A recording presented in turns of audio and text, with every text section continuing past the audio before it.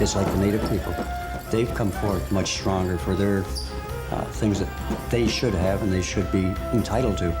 And I think the same goes for the disabled people now, that they are coming forth much stronger. I feel like you're miles away from everybody else. There's all kinds of open areas to camp, totally at peace with yourself and with nature. It's quite a little step here, and just putting a little lip here would actually quite solve the problem. I'll talk to the owner of the building and see if I can get it fixed.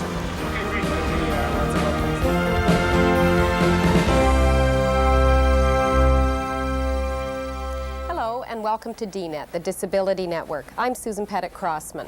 Across Canada, summertime is a time of music festivals. Some of them are held in integrated settings so that people with disabilities can attend. Others are not so accessible. Today's program comes to you from the Eaglewood Earth Festival, a model of accessibility. It has been held for the past 3 years near Sutton, north of Toronto. Tommy, come on in. This year, Stefan Pominville went along for the first time, and we went with him.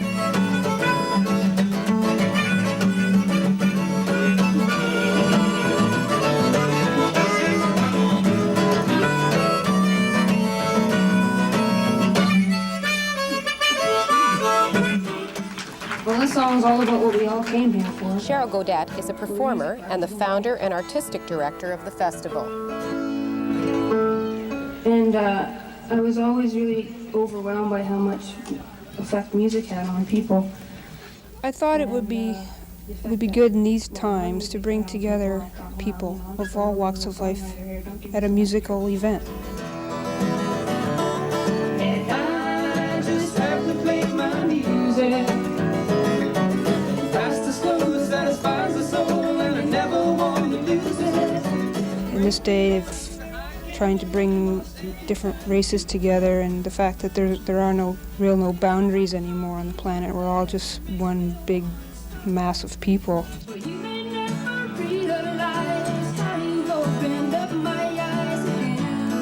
Joe, my husband's in a chair, and we've been coming up here for, 3 years now? And we were up here one time, and Marilyn had just finished building that big deck on the front of her house, which I saw as a stage being a musician, and thought, Marilyn, let's have a festival here. And she said, yep, let's go for it. So we did, and this is the 3rd year, and we keep getting bigger and bigger. And When you get that feeling running down your spine.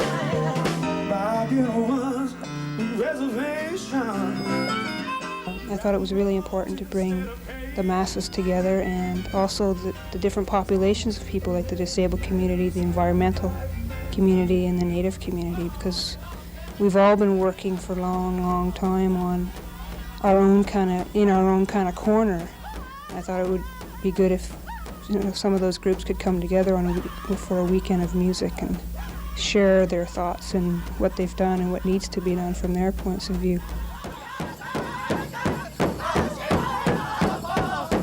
Is this your first time here at the festival? No, actually, I've been at Eaglewood, the Earth Festival, for all 3 years that it's been going. And it is exciting to see the growth of the festival, and this is the most people that have been out yet, despite the weather. So you're right, it is very exciting.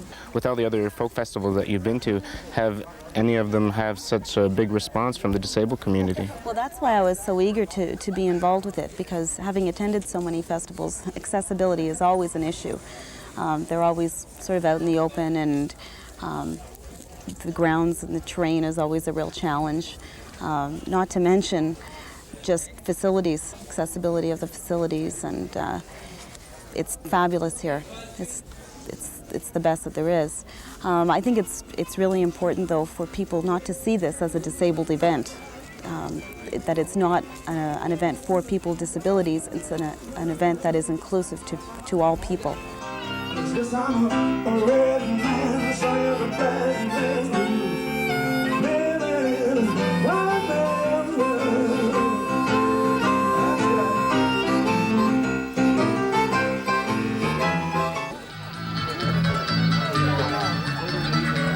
This year, the community really got involved with the festival. One of the things that happened was a big corn roast on Friday night, which was put on by the Township of Georgina Boy Scouts and Girl Guides. So they stoked up the fire and cooked all kinds of corn for the folks that came on Friday night, and it was really, really tasty.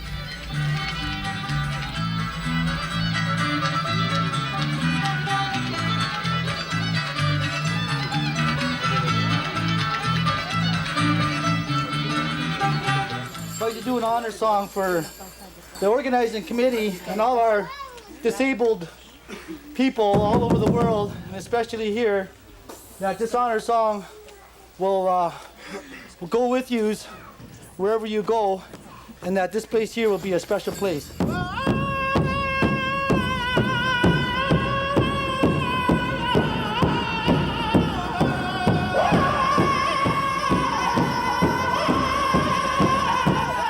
I was so moved. I was moved to tears, actually.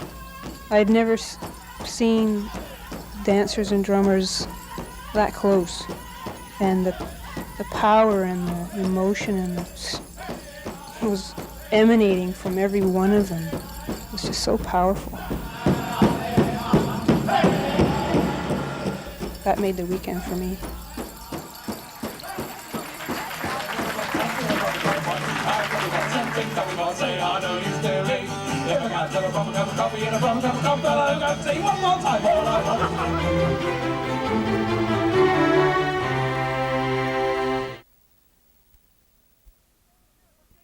Let's hear it for Jane. Jane, thank you, Jane.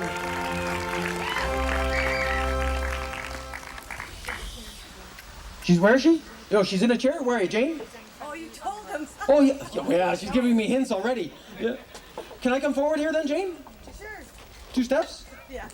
Yeah, like this. You were the same people that were with me at Niagara Falls. Jane, you do not wear glasses. No. You have brown eyes. Do I have brown eyes? Take my word for it, Jane, you have brown eyes. 2 of them. You just know the folks from Oakville are going, how do you do that? Jane, thank you for coming up here and helping me out. When I was watching your performance earlier, Gord, I was noticing that you brought a woman on stage and you were trying to describe her just by her voice and holding onto her hand. Is that something that's just part of your act, or is that something that you actually put in use in your daily life? Well, certainly I put in something that I do put into use in my daily life. I have discovered that blindness in many ways is a plus. It's a very positive thing in my life now. Just through a brief, handshake, or you discover so much about the individual. You discover a lot of their fears, a lot of their doubts, their reservations. You also discover their strengths and their abilities. They really come screaming through to me, and sometimes if I just let this sensation sort of relax and glide within me, I can, as I say, pick out hair color and eye color and who they are. I know on occasion I've had a couple of women up on stage, and I've really picked up on fears, on really a great deal of nervous tension. And on those in particular cases, I really play down the bit. I try to get them to relax. I try to let them know that there's no reason to feel uptight about this being on stage, which is, I guess, scary enough for most people. Because I know that some of you are looking at me right now and you're thinking, this guy can see something. Go ahead, throw the rock. Boom. I recently performed in a couple of smaller towns in Ontario, and they hadn't experienced me before.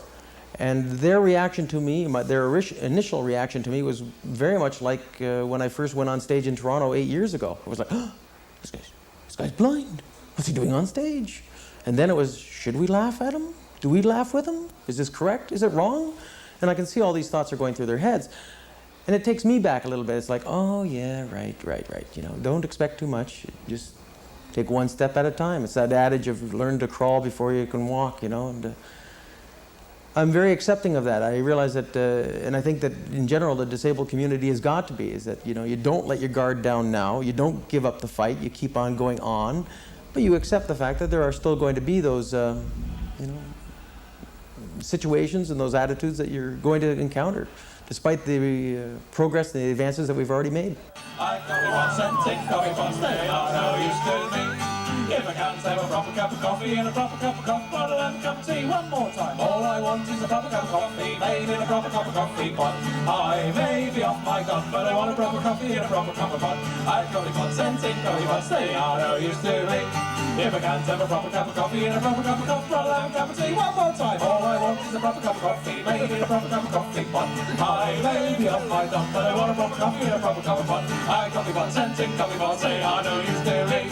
If I can't have a proper cup of coffee and a proper cup of coffee, I'll go tea one more time. All I want is a proper cup of coffee made in a proper cup of coffee pot. I was quite impressed watching the show, how you can manage to keep up with the songs when you're signing. Michael, in particular, that one song, they were going quite fast. How did you find it to follow the song?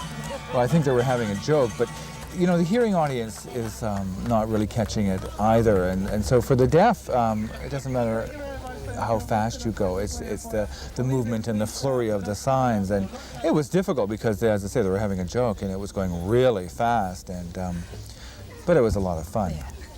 One thing I was wondering is, when you're interpreting for a song, how are you able to convey the type of music that is being played, let's say the beat or the actual rhythm? Is that something that you're able to do in your interpretation, Heather?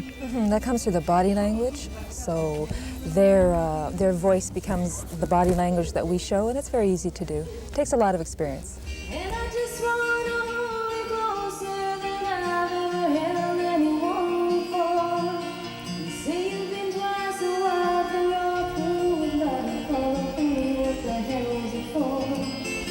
After 23 years, you think I can find a way to let you know somehow? It's been a fantastic weekend. This is we've both Heather and I have done other kinds of performance-related things, but this is the first sort of Earth Festival, if you will, that we've done, and it's been a wonderful experience. Just seeing how everything fits in together, and in spite of the weather, it's been a great weekend.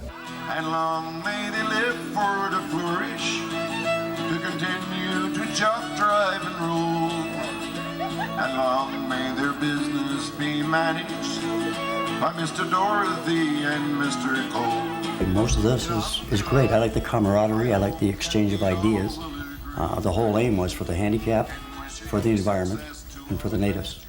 And I think in most people's minds, that's the most important thing today. And up here, you get to exchange thoughts, feelings, how you can improve it, and how they can increase whatever's happening, and the awareness. And that's what our whole country needs, a little more awareness. And that's what's happening here, because you can talk to so many people. Others none know the life of a driver when he suffers with hardships and cold. It's like the native people. They've come forth much stronger for their things that they should have and they should be entitled to. And I think the same goes for the disabled people now, that they're coming forth much stronger. But listen to the people who are disabled, who have the ideas, who know what is required, save a lot of time, they can save a lot of effort.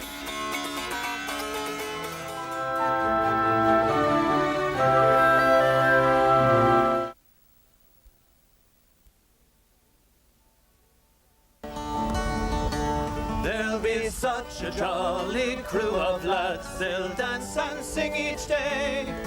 But how can I be merry then, grieving just to be so long away?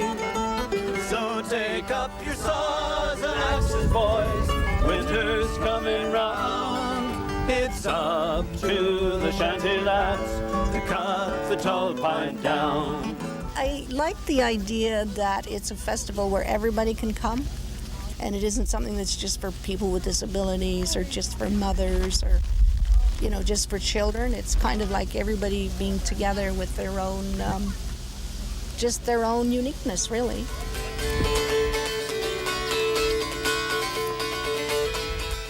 I've just been here about half an hour, but so far it looks really interesting. I love all these crafts and music.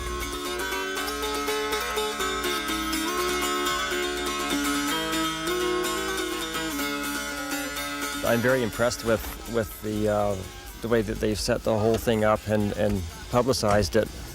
I've been to mainly festivals where you go, there are facilities for disabled people, but not to the extent that there is here. This is more specifically aimed for everyone who would care to come, anyone, no matter what their disability might be.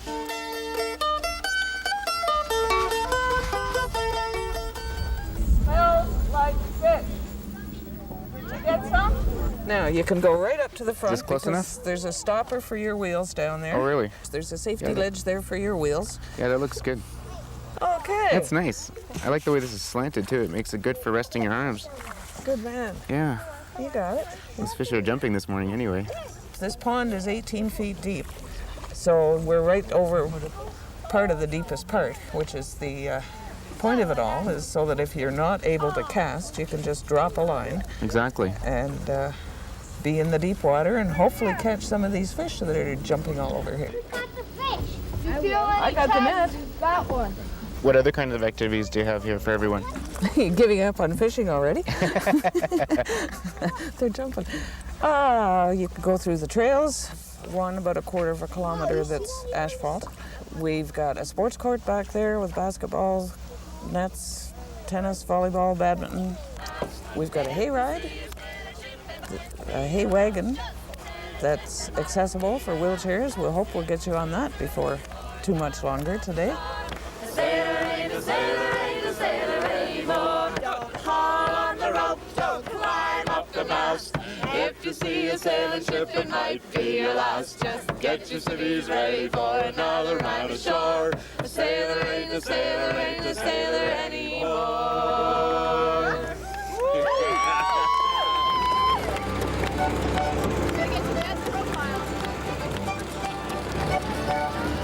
Accessibility is not foreign to me. It should be built into everything. I don't know how to say it. I get upset when people get all hung up on, are things accessible?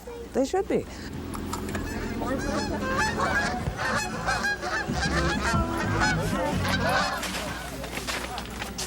You know, there's all kinds of open areas to camp or just sit and relax in the sunshine. Totally at peace with yourself and with nature because there's nobody else around. You feel like you're miles away from everybody else. It's very relaxing, just very easy. So I really enjoy getting up here. I'm thoroughly enjoying it. I'm feeling very comfortable here in the totally accessible and huge cabin, and we're just having a great time. I'm looking forward to coming up every year. I'm quite impressed to hear that they're running in the winter time too. As Daryl mentioned, I wasn't aware that they have New Year's and Christmas parties up here. So maybe I'll take that in too. Do you think it's a good idea for people to make their most places like this fully wheelchair accessible as far as the business side of it? Well, sure. Then you're not barring anybody from using your facilities. I mean, there's a lot of disabled people out there for one reason or another. And if you're not accessible, then you've lost a great crowd of potential customers.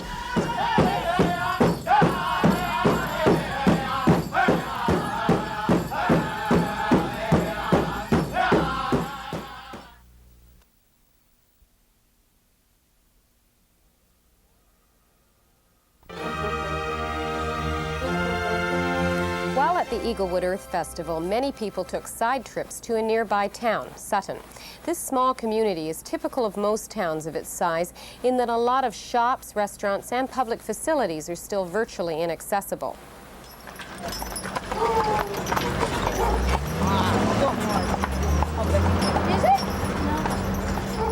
Sutton is a popular resort town not far from Eaglewood. Like most towns of its size in Canada, it's not very accessible. The owner of this store told us it was accessible around the back. Apparently there's access there. So we went to see for ourselves. Oh, hang on, there's where the bikes are. We can go there. I wouldn't want to come in through here.